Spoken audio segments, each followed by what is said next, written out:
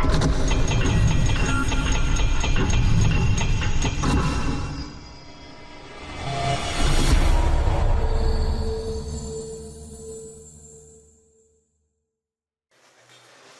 morning from Hawthorne, California. It's March 30th at just about 7 a.m. Pacific time.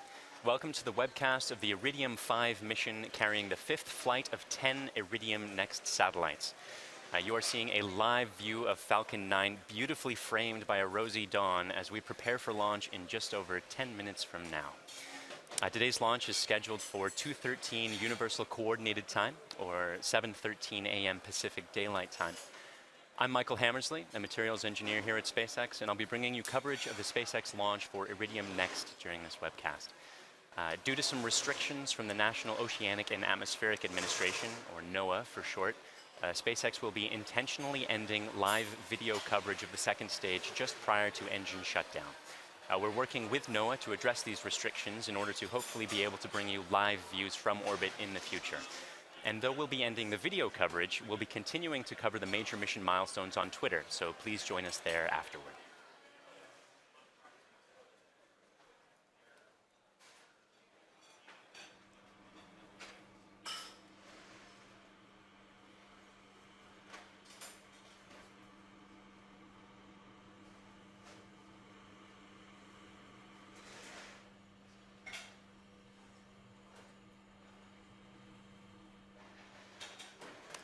Today's launch is from Space Launch Complex 4 at Vandenberg Air Force Base. And you can see the two-stage Falcon 9 vehicle standing about 70 meters tall, which is taller than a 20-story building, there on the pad just after sunrise. It's a really clear shot. Usually Vandenberg is way foggier than this, so it's a beautiful, beautiful view here. The first stage, which is the part that's not currently illuminated by sun, provides the initial force to get out of the majority of Earth's atmosphere. SpaceX does not plan to recover the first stage for this mission. We will be performing a landing sequence, a simulated landing sequence out in the Pacific Ocean, but there's no drone ship in position for recovery. So we won't be following it during the webcast, but you may hear call-outs on the countdown net while we follow the second stage into orbit. The second stage, which is the part in the sun right now, takes the satellite from the edge of space and accelerates it to orbital speeds of just over 7.5 kilometers per second, or 17,000 miles per hour. That's 10 times faster than a bullet.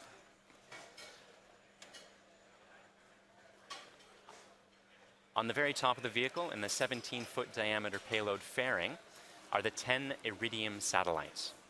For this mission, we will be attempting to recover one half of the payload fairing as part of our ongoing fairing recovery efforts. The ultimate goal is full recovery and reuse of the entire vehicle. So recovering the fairing is an important step towards that goal. It's still part of an experimental program at the moment. Just to the right of the rocket is the transporter erector. That's what brings the vehicle out from the hangar, horizontal, and then tips it vertical to get it into position. It's going to recline to 77.5 degrees a few minutes before launch. Unlike our East Coast pad, which retracts a little bit just at the very last second.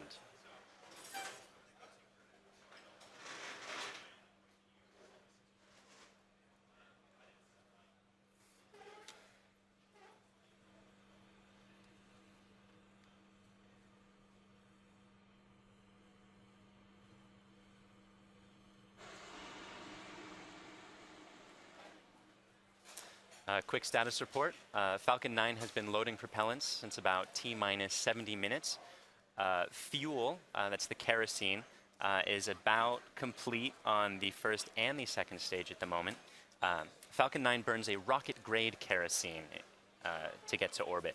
But because you need oxygen to burn kerosene, and there's not much oxygen high up in the atmosphere, we have to take our oxygen with us. So we carry a super chilled liquid oxygen in the tanks.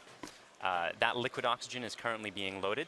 The first stage is about 90% filled, and the second stage is about 60% filled right now. We'll be continuing to load those until just the last couple minutes before launch in order to keep that as cold as possible, in order to make it as dense as possible to fit as much on the vehicle as possible.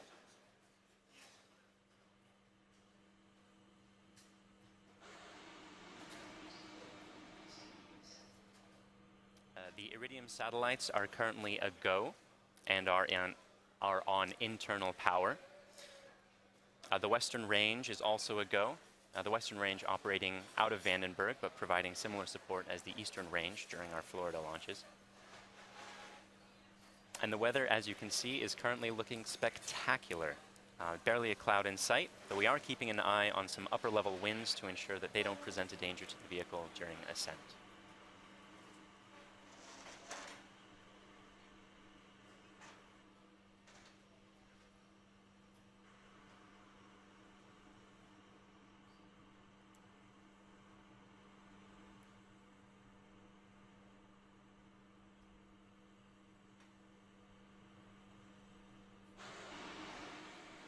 SpaceX is launching 10 Iridium Next satellites to low Earth orbit today. And this is the 5th of 8 launches to put that constellation into orbit. We started launching with Iridium in 2017. And after this launch, we will have put 50 of the Iridium Next satellites into those orbits.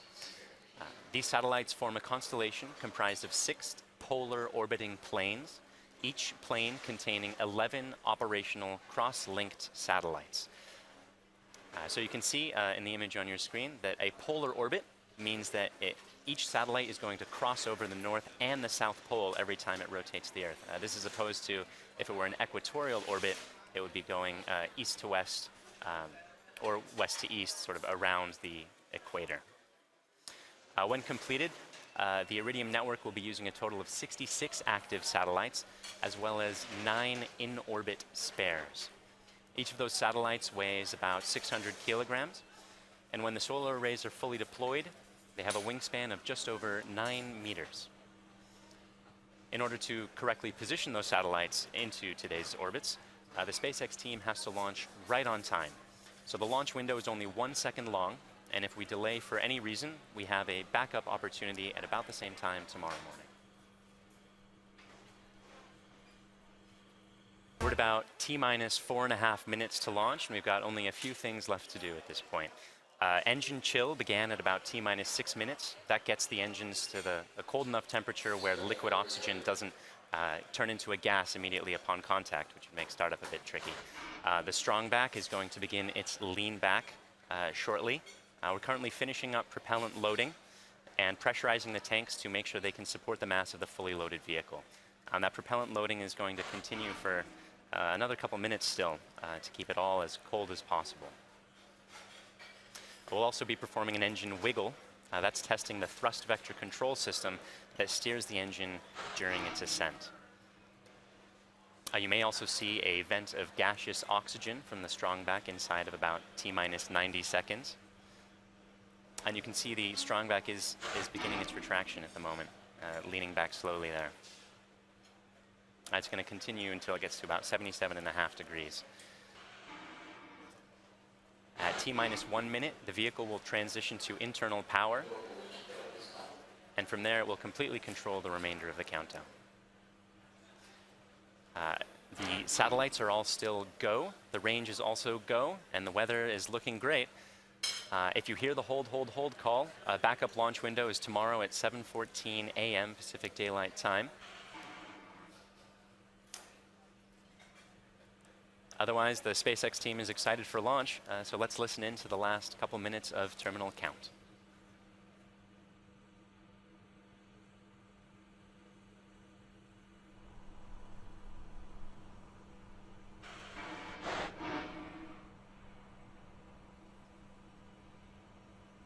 Stage 1 LOX is closed out for flight.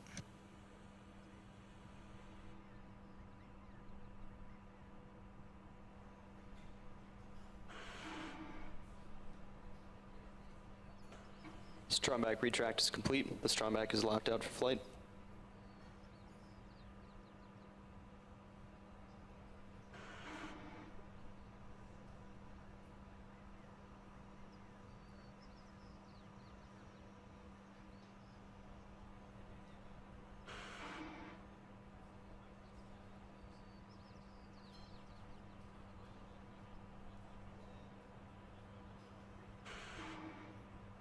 Rock, verify range is green. Rock, range is green.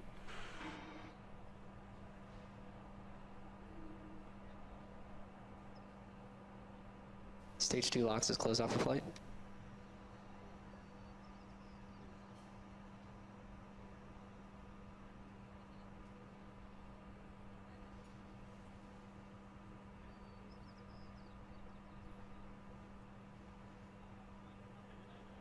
Vehicles in self-line.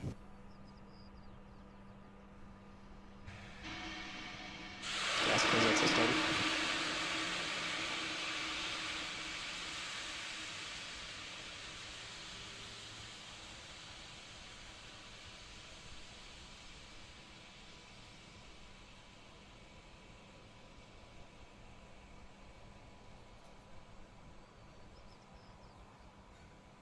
ASTS is ready for launch.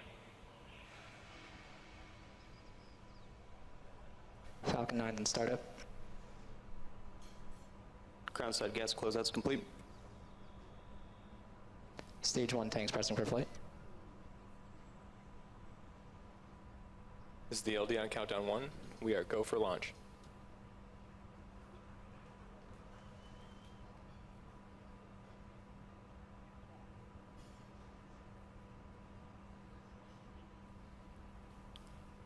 T-minus 30 seconds.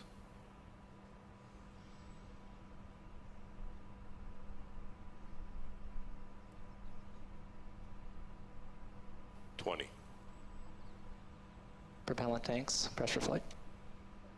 15. 10, 9, 8, 7, 6, 5, 4, 3, 2, 1.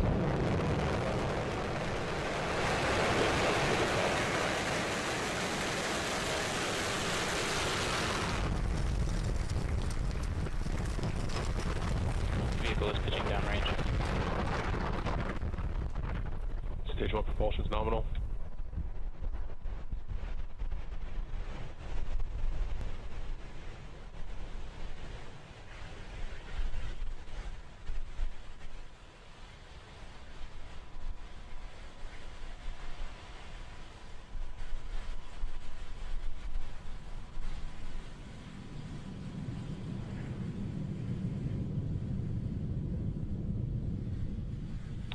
Power and telemetry are nominal. And we had successful liftoff of the Falcon 9, as you saw. It's pitching downrange at the moment to continue its ascent into orbit. Going supersonic right about now. And it'll be going through max Q shortly. Vehicle is supersonic. So we're decreasing the engine thrust to minimize the pressures of max Q, which is the point at which the rocket is pushing hardest against the atmosphere. Vehicle is experiencing maximum dynamic pressure.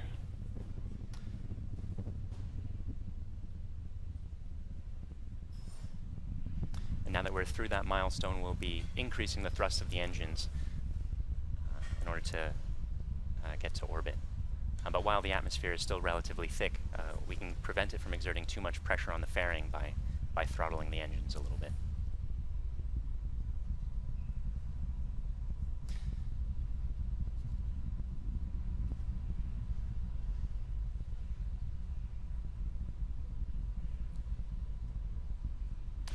We're also chilling the Merlin vacuum engine. And vac engine chill has begun.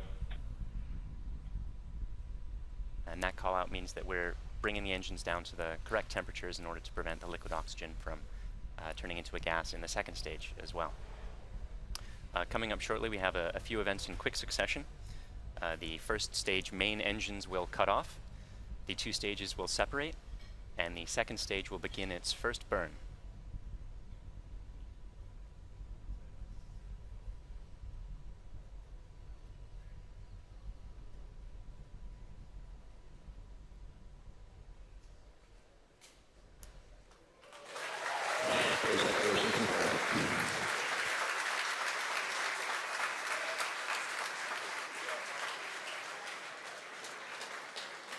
And vac ignition.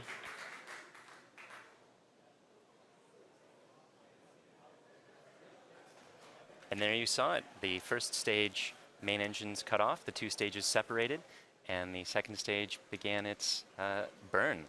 You can actually see See the first stage falling away behind the second stage for some of these shots. That's gorgeous.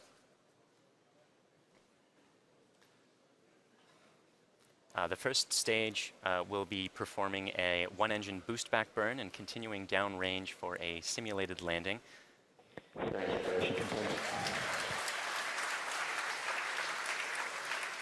And you just saw the Second stage trajectory nominal. just saw the two halves of the fairing fall away. Good from deploy. We will be attempting a recovery of one of the halves of the fairing today on our fairing recovery ship, Mr. Stephen, as part of an experimental program to reuse those parts of the vehicle.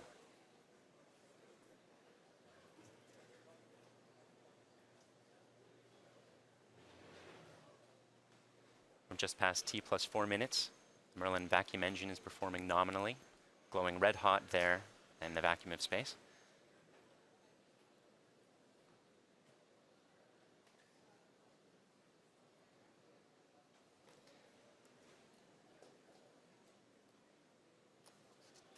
A quick reminder, we will be intentionally ending live coverage or live video coverage of today's mission due to restrictions placed on us by the National Oceanic and Atmospheric Administration. So don't be surprised when that occurs at about T plus 9 minutes.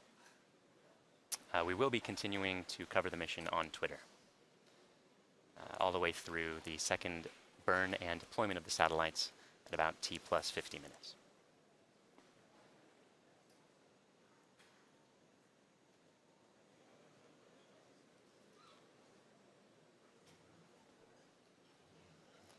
We're at T plus 5 minutes. Second stage still performing nominally, and the trajectory is currently looking good.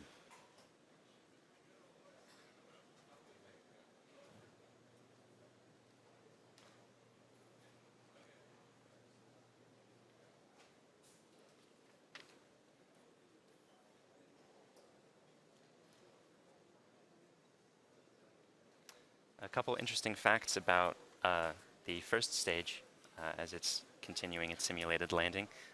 This one first flew for the Iridium 3 mission, and the Iridium 2 and Iridium 4 missions also used the same rocket, which means that today this is our 5th launch for the Iridium constellation using only 3 rockets.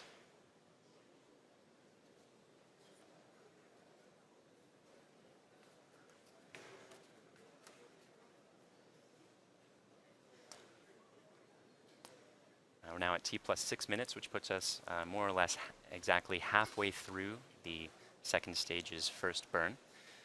The first burn is to bring the second stage into a parking orbit. That's going to be an egg-shaped orbit where the maximum altitude at the top of the egg is about 625 kilometers. But at the bottom of the egg, the orbit is only 180 kilometers in altitude. The second burn that we'll be performing is going to circularize that orbit so that it's 625 kilometers in altitude the whole way round.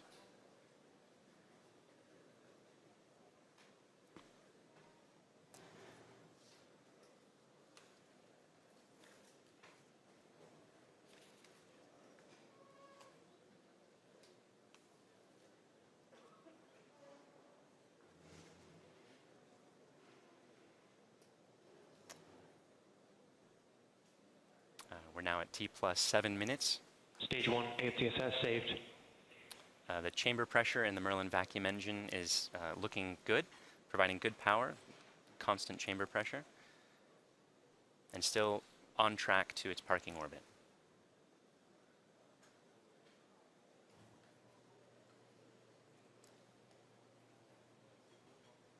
Between the end of the first burn and the start of the second burn, there's going to be about a 42-minute coast phase in order to position the second stage to prep for circularizing that orbit. We will be continuing that coverage on Twitter. LOS stage 1 Vandenberg expected.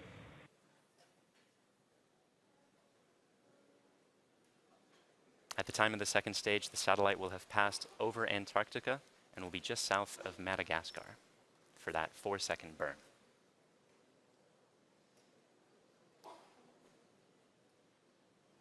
Now just past T plus 8 minutes. Second stage still performing nominally. Still on track for that parking orbit.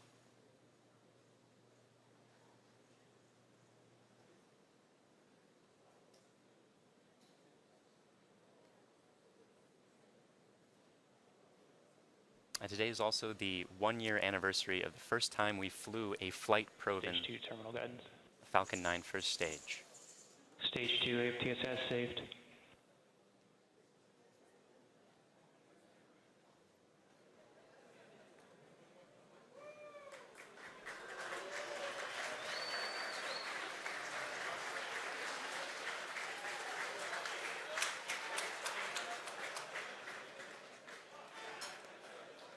We're at about a few seconds now from the second stage completing its first burn.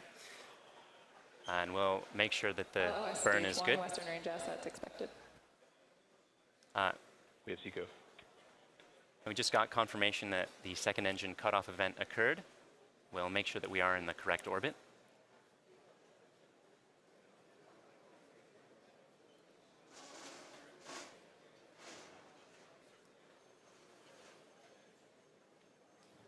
Stage 2 nominal insertion.